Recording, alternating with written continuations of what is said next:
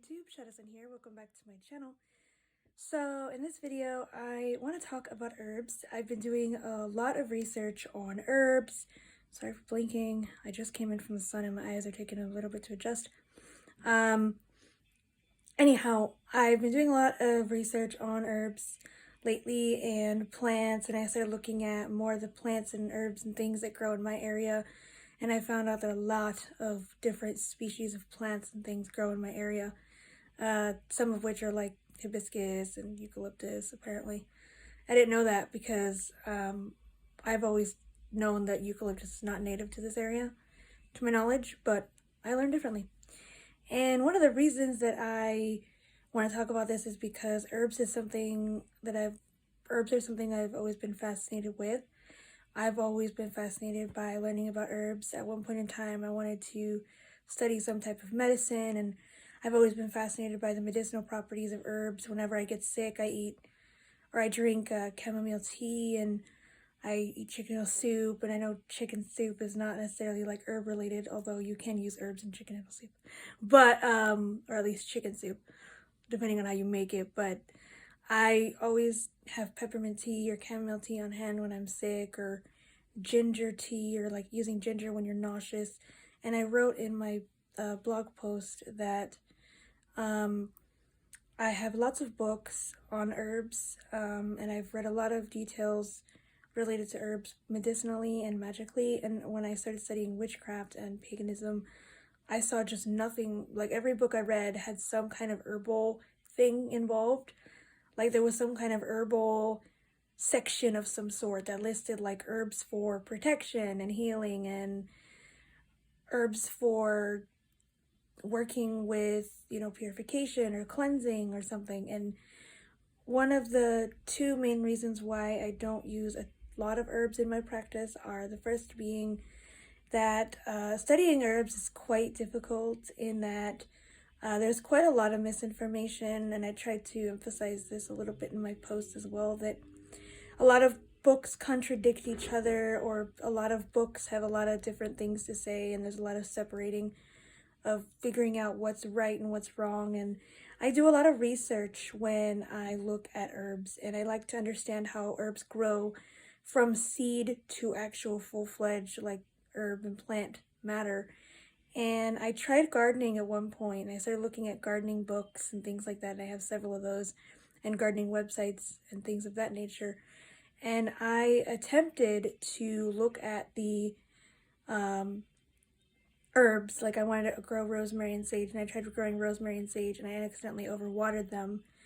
So I decided that the next time I grow herbs, I'm going to do a ton of research, and I'm going to start from the very beginning, doing it from like seeds, because the ones I had weren't like seeds, they were already growing.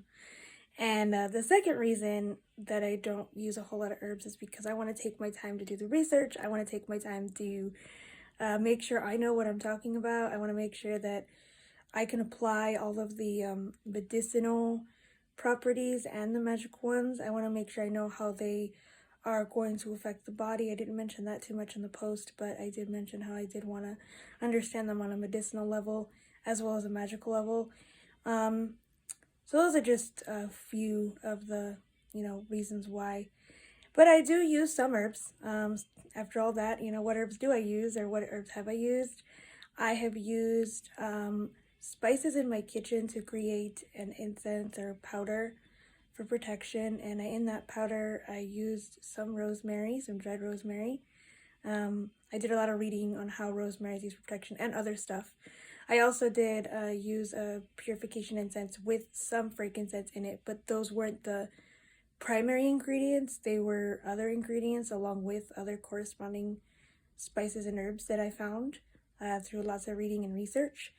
And I've also used sage for cleansing, and I do take into account the cultural implications of that, as well as how it's supposed to be handled, just because I don't want to appropriate the use of sage. And also, I found out through that research that sage in many forms grows in this area, so it's pretty native to this area that I'm in currently.